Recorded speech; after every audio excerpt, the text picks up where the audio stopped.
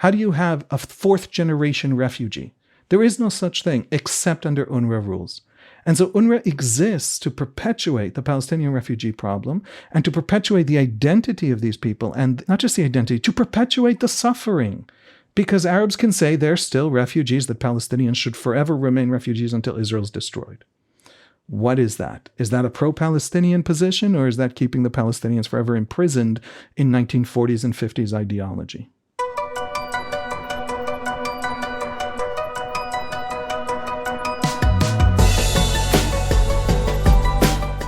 It's 9 p.m. on Sunday, January 28th, here in New York City.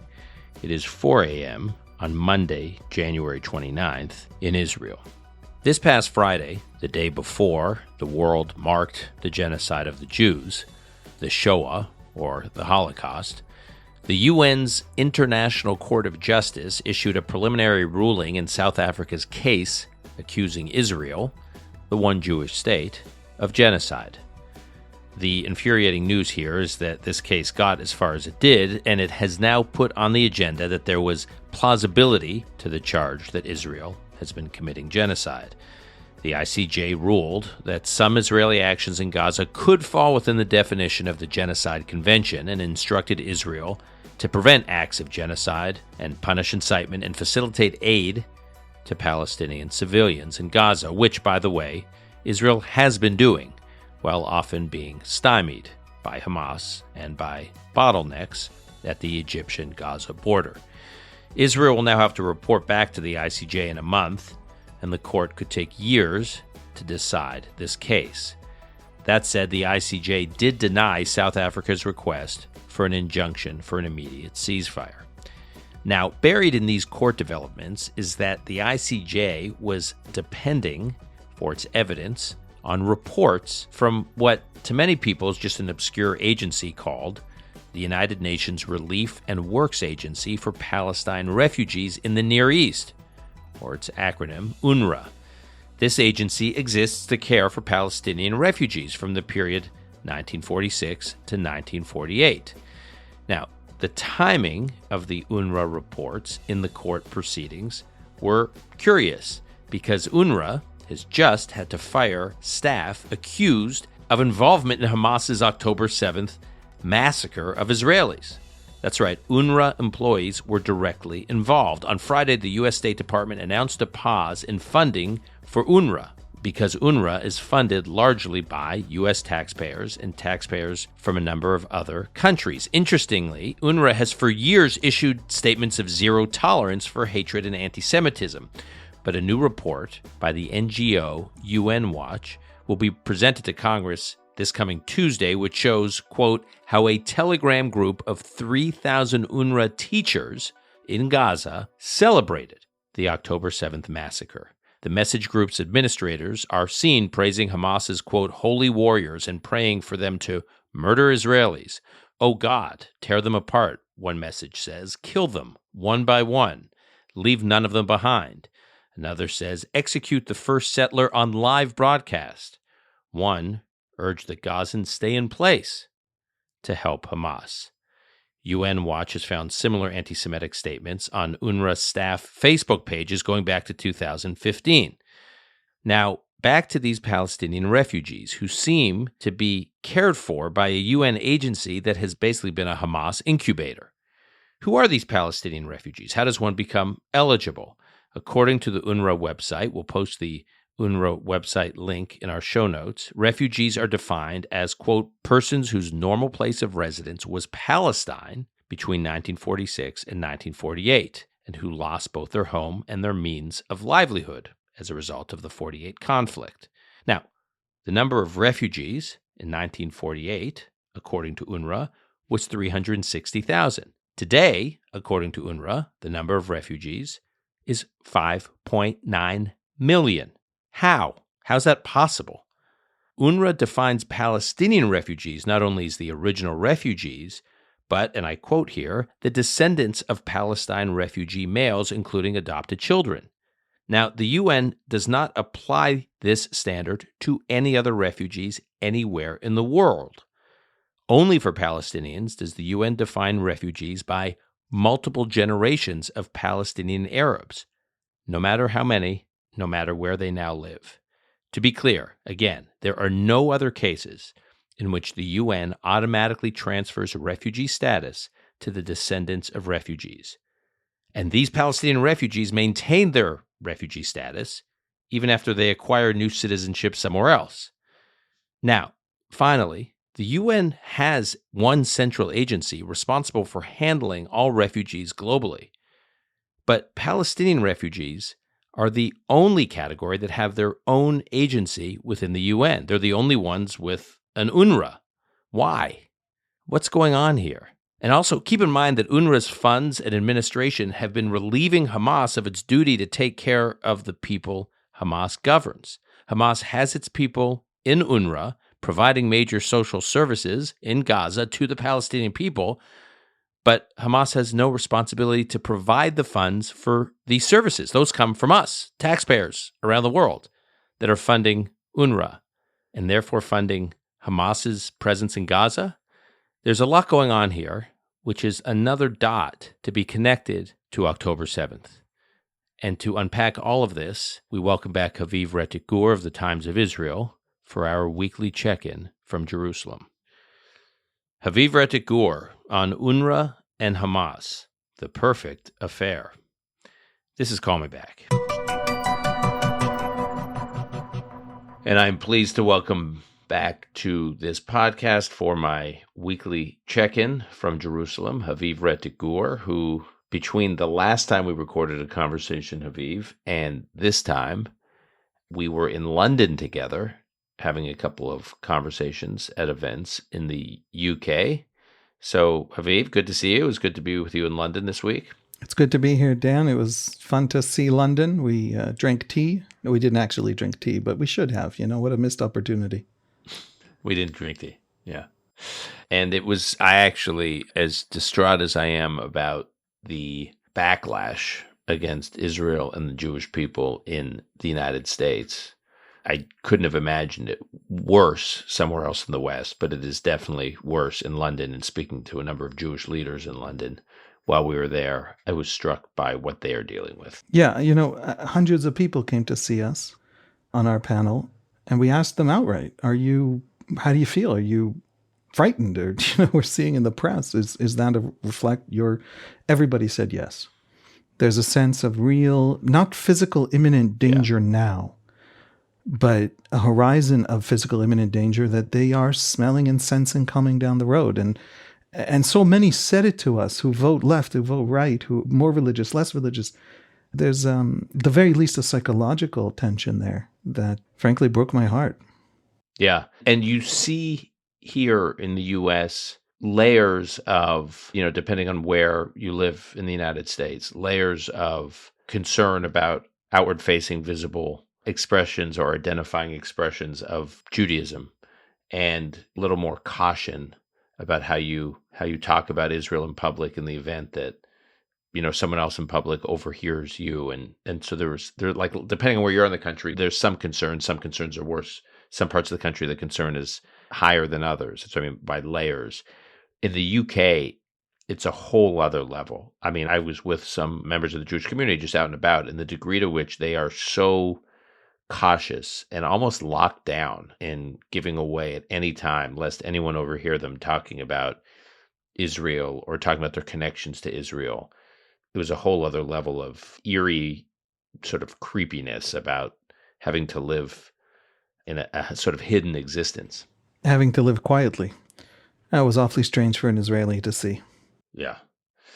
Okay. In the category of awfully strange, I wanted to talk to you about this news, but as you have pointed out to me, it's not really news, to you at least, or to most Israelis, but it is news here. For those of us who've been following Israel, this is not a surprise. But for some reason, it's made huge news, which is the United Nations Relief and Works Agency for Palestine Refugees in the Near East, which is what this organization, UNRWA, is called, and it was formally created in 1949 by a UN resolution tasked with this organization. Through this UN resolution was tasked with carrying out direct relief to some 700,000 Palestinian Arabs following the War of 1948. And so this organization has existed for well over 70 years and has a budget today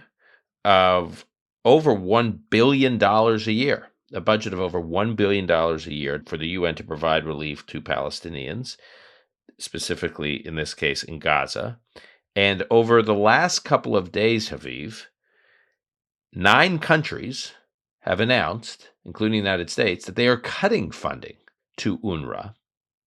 Perhaps this should have been done a long time ago, according to your analysis, but 9 countries have announced that they're cutting their budget, which already well exceeds half of UNRWA's budget. So here, UNRWA's been deploying over $1 billion a year to Palestinians, and then basically overnight, over half of its budget's been wiped out, and there could be more to follow. What has changed in the last few days that has led to this move by all these different governments? I think there's a simple point that people can get the details of in the news report, which is that a dozen members of UNRWA, staff of a paid salaried staff of UNRWA, who are technically United Nations employees, took part in October 7th, literally took part in the crossing of the border, in the massacre, in the killing, in the kidnapping. And that specific, demonstrable, they're on the videos, they're on Hamas videos, things like that, intelligence that Israel provided to all of these governments who are the major donor governments to UNRWA was something that UNRWA itself knew. And it saw this intelligence. It was told about these people. It could track them. It's a fact that nobody disputes. And that was the trigger. But it wasn't the reason. UNRWA is a profoundly problematic organization. It's problematic for the Israelis, who have cooperated with it for decades for particular reasons, and also have complained about it for decades for particular reasons. It's problematic for Palestinians in Gaza. It's problematic for Palestinians generally. It's a little bit of a unique agency at the UN. It has a weird place almost in international sort of legal world because it has a unique definition of what refugee means. It's a little bit of a mess to untangle this debate over UNRWA because it has many layers. But on the ground in Gaza, I think the bottom line is that on the ground in Gaza, it is profoundly integrated into Hamas's rule over Gaza. And what surprises me is that this surprises anybody. You don't even have to think badly of UNRWA officials in New York or in any office that they have anywhere. The very fact that UNRWA brings in such a massive part each month, tens of millions of dollars, of the Gazan economy, means that its thousands upon thousands of employees on the ground are going to become controlled by Hamas. Hamas is a dictatorship. It's essentially a kind of mafia that takes over all resources that come in. The smuggling tunnels into Egypt, Hamas took control of them and started taxing them. It didn't stop the trade through those smuggling tunnels. It took over and taxed them, right? And that's what it does with UNRWA. You can't get a job on the ground with UNRWA if Hamas doesn't want you to get a job on the ground as a teacher, as a administrator, or whatever with UNRWA. That is such an obvious fact. Why would this mafia that runs Gaza not behave that way? How could it possibly allow that amount of resources flowing in on which its own economy and its own rule really and stability depends to be something it doesn't take over? And so it's just there's nobody who really disputes this point. Obviously, UNRWA in Gaza operates at Hamas's pleasure and dispensation, and therefore, literally, we've seen the aid trucks come in for UNRWA, and Hamas gunmen take them and drive away with them. And UNRWA's response to these videos coming out of Gaza was, no, they're protecting them so that the aid trucks all get to where they should go, and desperate people along the way don't grab the aid, to make sure that the aid is maximized and efficient and all of that. In other words, Hamas runs the aid operation in Gaza for UNRWA. Like, UNRWA's defense is exactly this point. And so we have this organization that it is unlikely that only 12 UNRWA employees participated in October 7th. It is unlikely that only the number that actually have been identified are actually serving Hamas members. It is unlikely that only that level of deep, deep cooperation and collaboration with Hamas is happening on the ground. And nobody should have expected otherwise. It's hard to imagine what people ever thought was happening other than that. We had an episode with Nadav Ayel a few weeks ago, which we called the Gaza operating system, which was explaining how Hamas runs Gaza. And so I'm just flagging that for our listeners. If you want to do a deeper dive on just how the whole Hamas Gaza machine works, this operating system, we go into detail on that. But can you just, Haviv, explain how Hamas rule depends on UNRWA? Like why it's not just that Hamas benefits from UNRWA, but Hamas almost couldn't do what it does without UNRWA. I think that's an argument that some of UNRWA's critics in Israel make. I tend to agree with it. And it's also, again, not complicated. It's such a large part of Gaza's economy. It's aid that we know Hamas takes over almost instantly and controls in almost every way. The unbelievable scale of the tunnels that have been discovered under Gaza. We always knew there were tunnels. We knew they were building them. We knew they weren't doing much else other than building those tunnels and building out their capabilities for this war. But it turns out that all the vast array of aid, which is such a large part of Gaza's economy and which UNRWA is such a large part of, were just either Hamas literally took it all, physically stole it from warehouses or whatever, or the warehouses were simply Hamas warehouses and Hamas was the distribution network and that was okay with everybody. There was nobody else who could build a distribution network in Gaza that Hamas wouldn't take over anyway. And so you have to actually look at UNRWA to understand its basic role in terms of propping up and stabilizing Hamas's rule. You have to look at UNRWA as a percentage of Gaza's economy. The point here isn't just about UNRWA. It's about, the U.S. has given billions to Gaza through U.S. aid over the years, over the decades. If you take that entire aid ecosystem, in which UNRWA is by far the largest distributor on the ground. I mean, right now, in terms of distributing aid on the ground in Gaza, UNRWA is a monopoly. Nobody else can come in.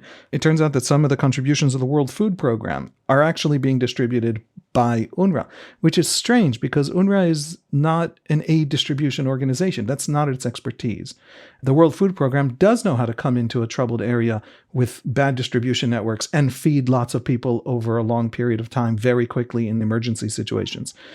But UNRWA, nevertheless, is the only one doing that distribution on the ground because it's the monopoly. And it will remain the monopoly because on the ground it's Hamas. Controlled by Hamas, influenced by Hamas. You could take a slightly nicer spin to it, a harsher spin to it. It's all the same point. If you take the entire array of aid, which has this funnel of UNRWA that it goes through, even when it isn't money spent by UNRWA, or actually it's still going to be distributed by UNRWA. If you take that entire ecosystem of aid, you hit billions.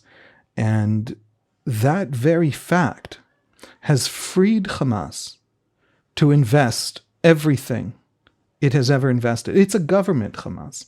When you have an organization that is both an irresponsible guerrilla group that doesn't believe it's responsible for civilians, and also a government that claims the right to rule a place because of an election that happened in 2006 and all this other stuff, if you free them of any of the responsibilities of governance, you literally feed their people, take care of their people, inoculate their people against diseases without them. And they allow you to do that because it frees them to build the next war in which their basic strategy is guerrilla, which is to say, hide behind civilians. You create the disaster that we have now. And so this argument that by replacing Hamas as a governing structure, it allowed Hamas to turn into the monster that it has become and drag Gaza into the war that it has dragged Gaza into. That's, by the way, not the only argument against UNRWA. It's just, I would say, it's not even the harshest. It's not even the most serious, but it is a big one and a profound one. The UNRWA, according to public reports and public filings, employs more than 13,000 aid workers in the Gaza Strip alone. 13,000 aid workers, which is an astonishingly high number for a population of about 2.2, 2.3 million people. And those workers operate more than 150 permanent and temporary shelters and some 80 mobile health teams. Those 13,000 aid workers, are you saying there's no way those workers get hired without Hamas blessing? Yeah, which doesn't mean that Hamas necessarily, only allows people to work in Gaza if they are, activists of Hamas itself or, fighters of Hamas itself. The large majority of UNRWA employees on the ground are teachers. What it does mean is that if Hamas doesn't want you to work for UNRWA and have that guaranteed salary and have that job stability in a place with very high unemployment, if they don't want you to, you don't. So Hamas controls that spigot of getting an UNRWA job, and thereby, in as much as it wants to control UNRWA on the ground, it does. If it doesn't want to, it doesn't. It's not that it took over UNRWA physically and kills anybody who doesn't obey. If somebody truly doesn't obey and Hamas feels it's in its interest, that person will no longer be employed in UNRWA or will no longer be found by UNRWA. And so, yes, whenever it needs to, it can, to any extent that it desires, control what is happening on the ground with UNRWA. And you said that what you have laid out in this conversation so far is not the harshest criticism of UNRWA. What is the harshest criticism of UNRWA, or the most serious criticism of UNRWA? There's a much deeper criticism, and it's been leveled by Israelis for a very long time.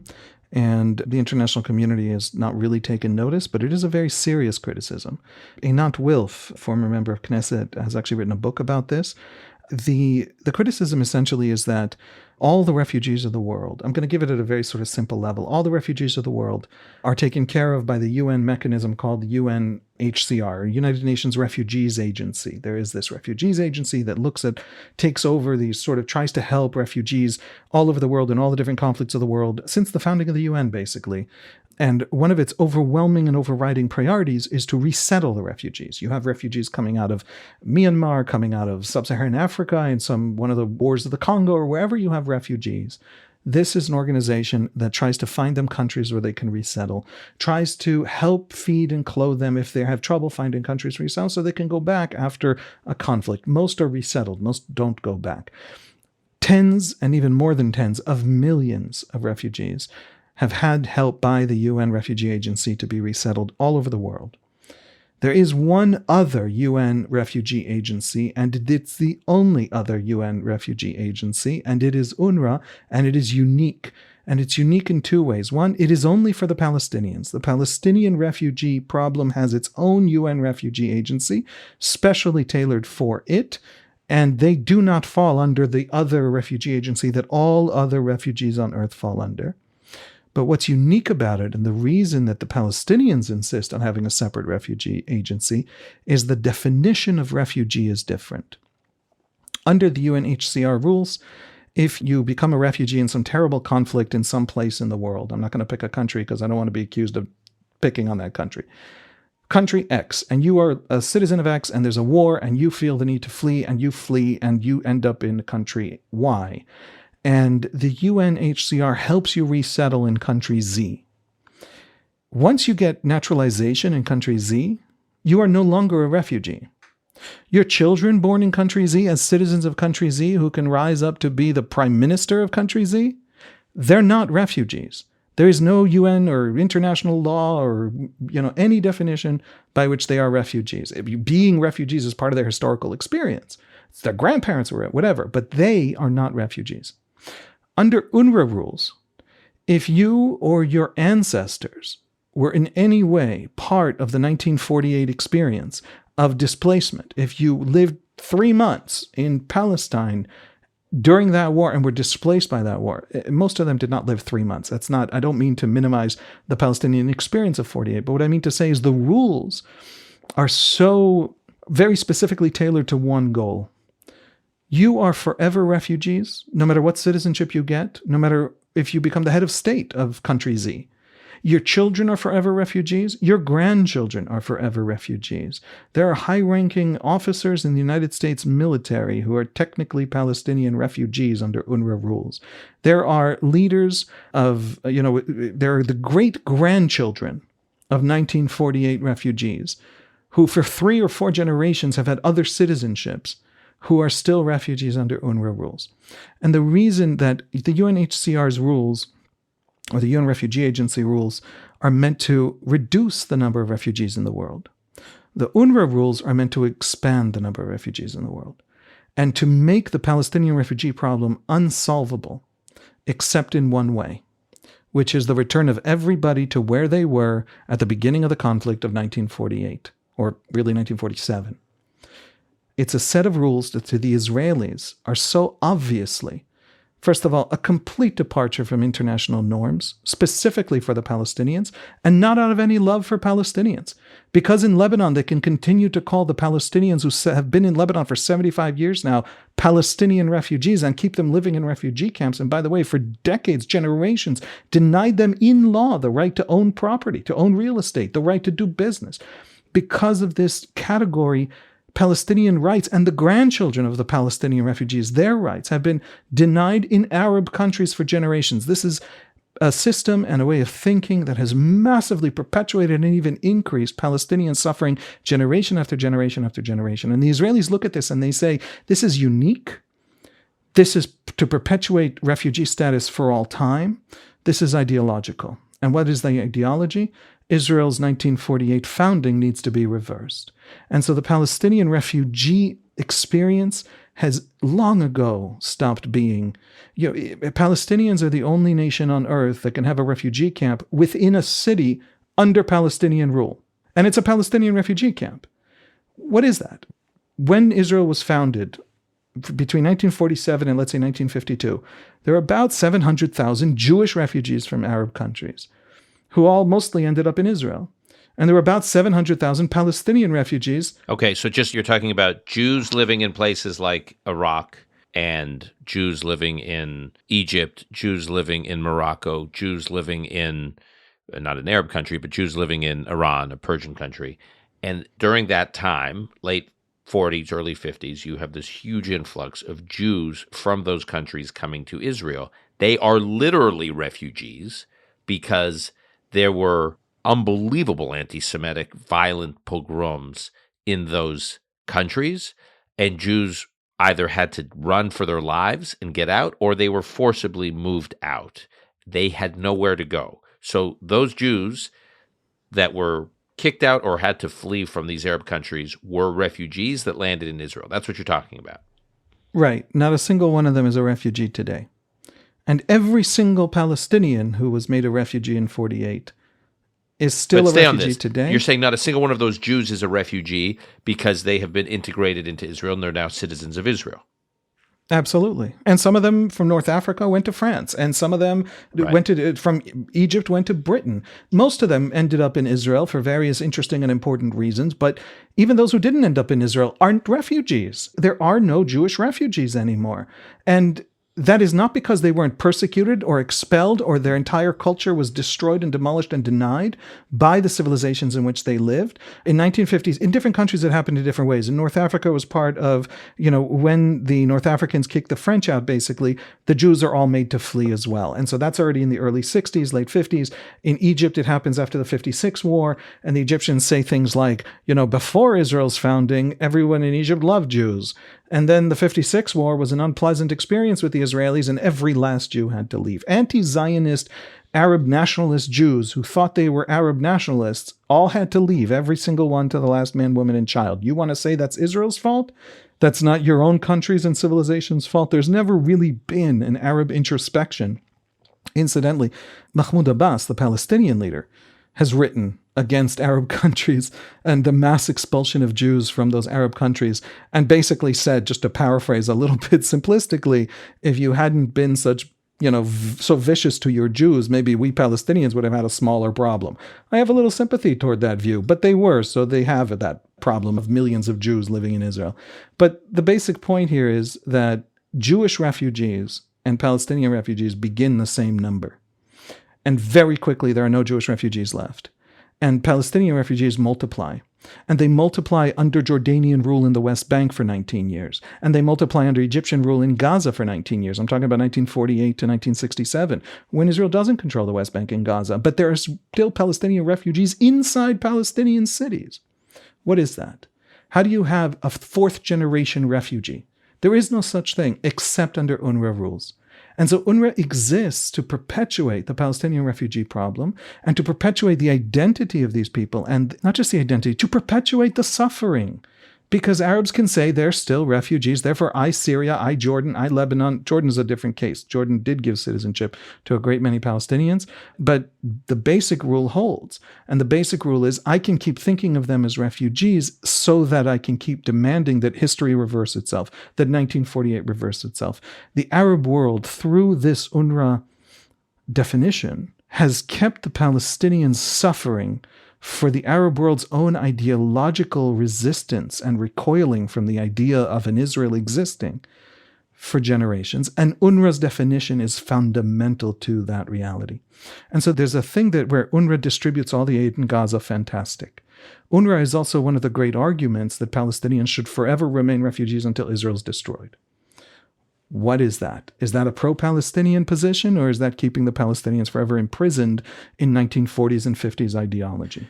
It's interesting. If you look at Syria, since the Syrian civil war that began in the previous decade, leaving aside just mass slaughter under Bashar Assad of Syrian Sunni Muslims, which is, depending on estimates, somewhere between 350 and 500,000 Arabs killed by Bashar Assad, the total pre-war population of Syria was around 21 million, and more than half of this population, according to the UK government, more than half this population is now displaced from their homes, either internally within Syria or as refugees abroad. So as of December 2022, there were around 6.8 million. I'm just reading here from a report, 6.8 million internally displaced people living in Syria. Around 80% of them have been displaced for at least 5 years.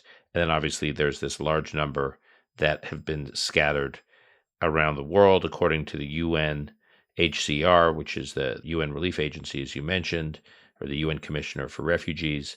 5.3 million Syrian refugees and asylum seekers are registered globally.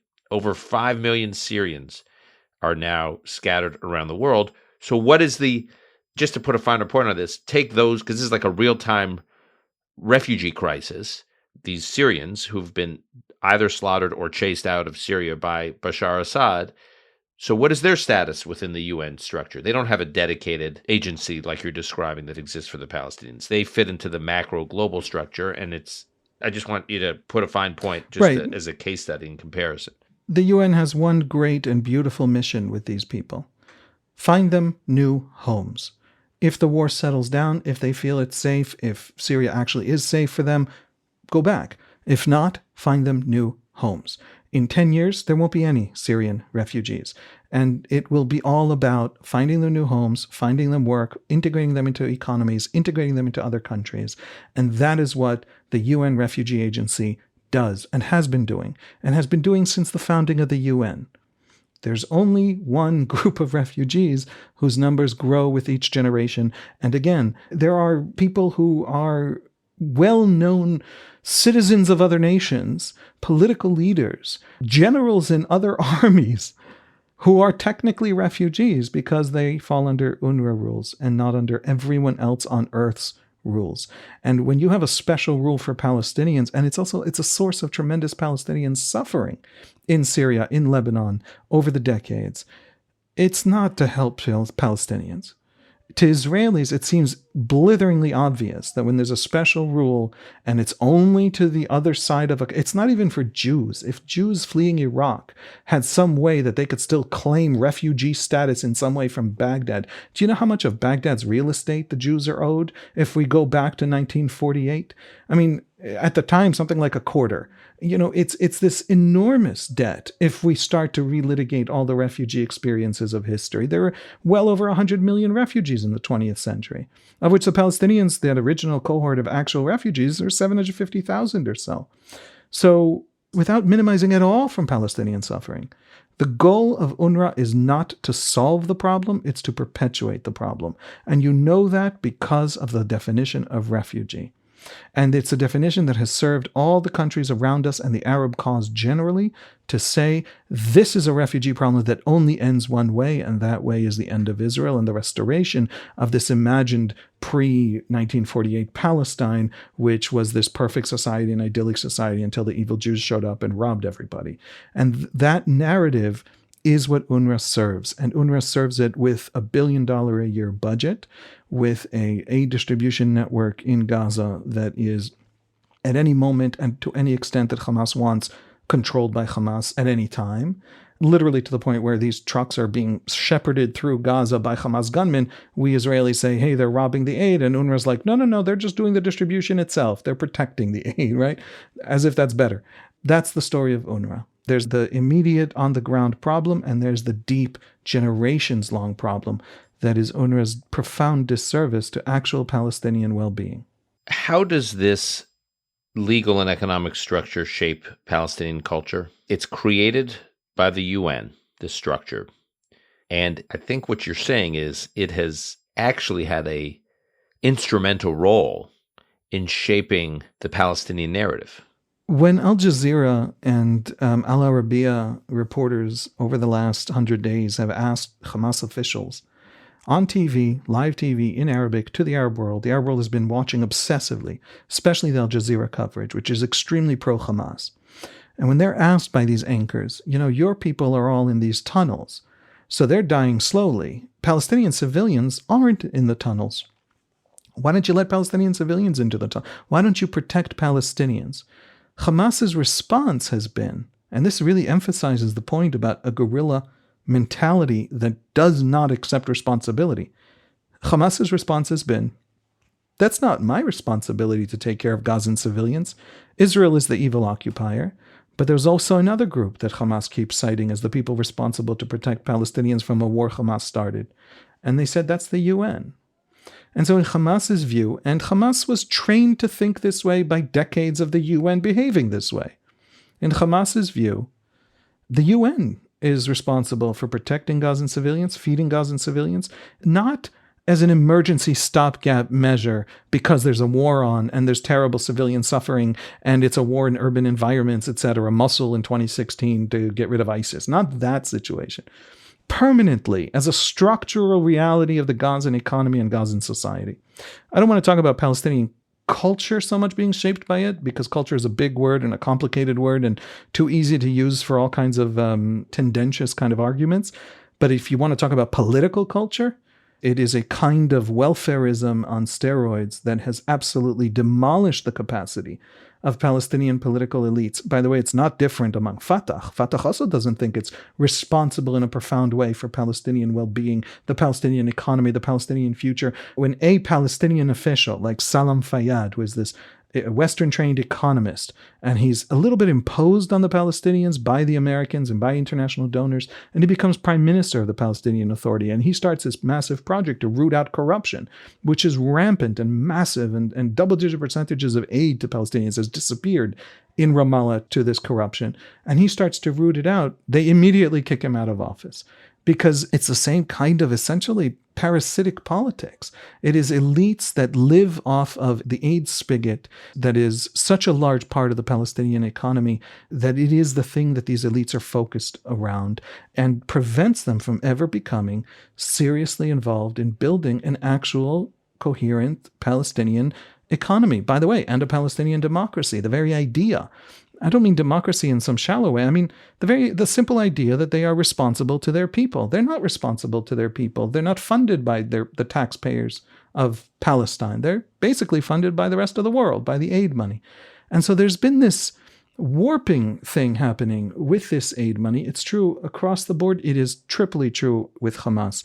With Hamas, it becomes actually dangerous because it's not simple corruption. It is the liberation of Hamas from responsibility for the lives of Gazans and freeing these Hamas leaders who are all, whining and dining in Qatar and wherever, to just assume that some other people have responsibility for their people. And if Gazans are dying, that has nothing to do with their strategy. Even if it's focused on Gazans dying, someone else has to save the Gazans from Hamas's own strategy. So no, I think it's had a profoundly corrupting influence on Palestinian political culture. And that's something that, to me as an Israeli, is obvious. By the way, you'd be amazed how many Palestinians I talk to who say the same thing. And Palestinian activists and Palestinian who despise Israel. And Palestinians from all spectrum of Palestinian politics who think about this aid money as perpetuating these political structures and political cultures that ultimately demolish Palestinian politics and Palestinian political capacity. Haviv, you mentioned Einat Wilf, who we're going to have on this podcast. She's been screaming from the hilltops about this issue. Hillel Noor, who runs UN Watch, also a very important NGO that punches way above its weight. We'll link to Einat and we'll link to UN Watch in the show notes, to Einat's book and Hillel's organization. They've been screaming from the hilltops about exactly what you're talking about for a long time. And not enough people have been listening. In Israel, the Israel government, I just find sometimes there are issues that are so obvious and so definitional to the problem that Israel has been dealing with long before October 7th. And October 7th put a spotlight, obviously a massive spotlight on the problem that we're now starting to learn all these issues, like what is UNRWA? And then you realize UNRWA is not just an October 7th problem. UNRWA is core to the crisis that Israel has been confronting, core to the threat that Israel has been facing, core to the captivity of the Palestinian people for decades. So there's these voices been screaming about it. Nobody's been paying attention. Why? Like, because I feel like there are certain issues that are so obvious that Israel just throws its hands up and say it's so obvious that if people don't get this, I don't want to say we give up. That's not what they're saying. We don't give up, but we're gonna fight other fronts because people aren't hearing us on this one. Like, the world should have been hearing Israel and these voices like Einat and Hillel and others. I'm citing them because I'm familiar with their work, but I'm sure there are many others.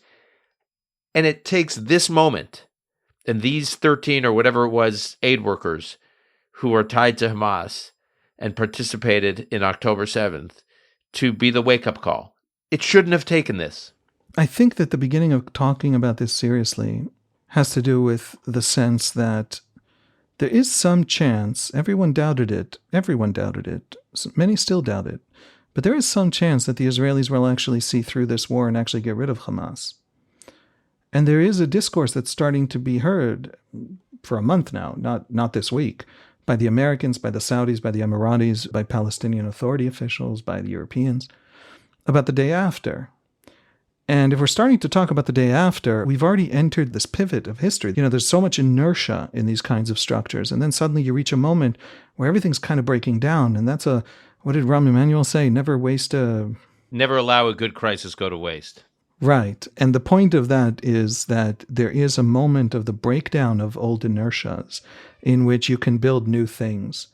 If that is a moment we are now placed in, Joe Biden, Rishi Sunak, these world leaders, they all have domestic political reasons for wanting to hear from Israel a political horizon. And we could talk about political horizons down the road. I think there's a criticism of the Israeli government, of Netanyahu. I think a lot of the criticism of Netanyahu is very fair, as we discussed last week. But Israel has a deep problem with coming up with a horizon, and it's not shallow, it's serious, and it won't be fixed by Netanyahu leaving the political scene. And so that's something we're talking about. But one of the reasons that they want that Israeli political horizon is just their own domestic politics. They want to be able to, as they support Israel, to turn to the left-wing politics and their own political parties, or just to even centrist politics in their political parties, and just say, we're not just helping the Israelis destroy Hamas at massive civilian cost to Gaza, we're also building a horizon for Gaza and for the Palestinians that isn't Hamas, that is a future that is better than what the past was.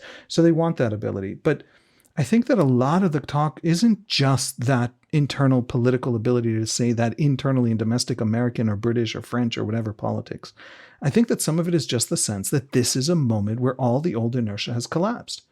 And when the old inertia collapses, the old structures collapse, the old assumptions no longer are relevant, new things can be born. And so there is this new conversation, new willingness to have a conversation about how UNRWA in some ways is absolutely necessary on the ground. Israel itself supported maintaining UNRWA on the ground in Gaza for decades. Why?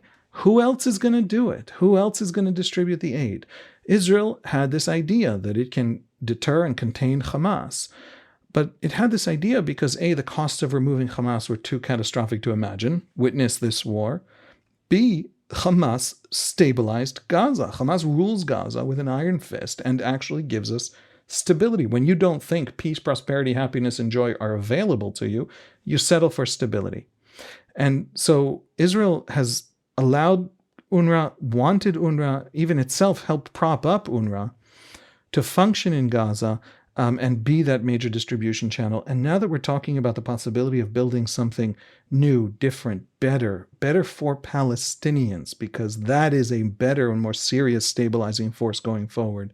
And of course, better for Israeli security. I think that's going to be something the Israelis don't compromise on going forward in the way they have in the past. UNRWA is suddenly called into question. That makes perfect sense. That's what happens at moments like these.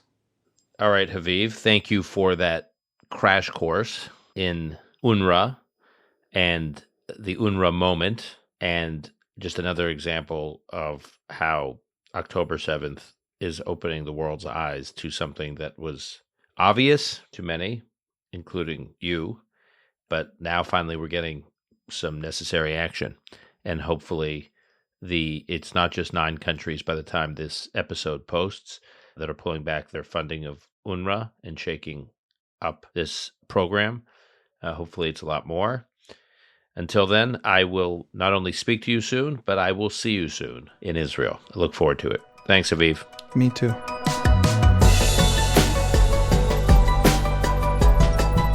That's our show for today. To keep up with Haviv, you can find him on X at Haviv Rettig Gur and also at The Times of Israel. Also, one housekeeping note, Haviv and I were recently in London, as we mentioned, and we did a couple of live conversations, one of which you can hear in the Israel Briefing podcast, which is the podcast of the Jewish Chronicle, hosted by Jake Wallace Simons. Call Me Back is produced by Alon Benatar. Until next time, I'm your host, Dan Senor.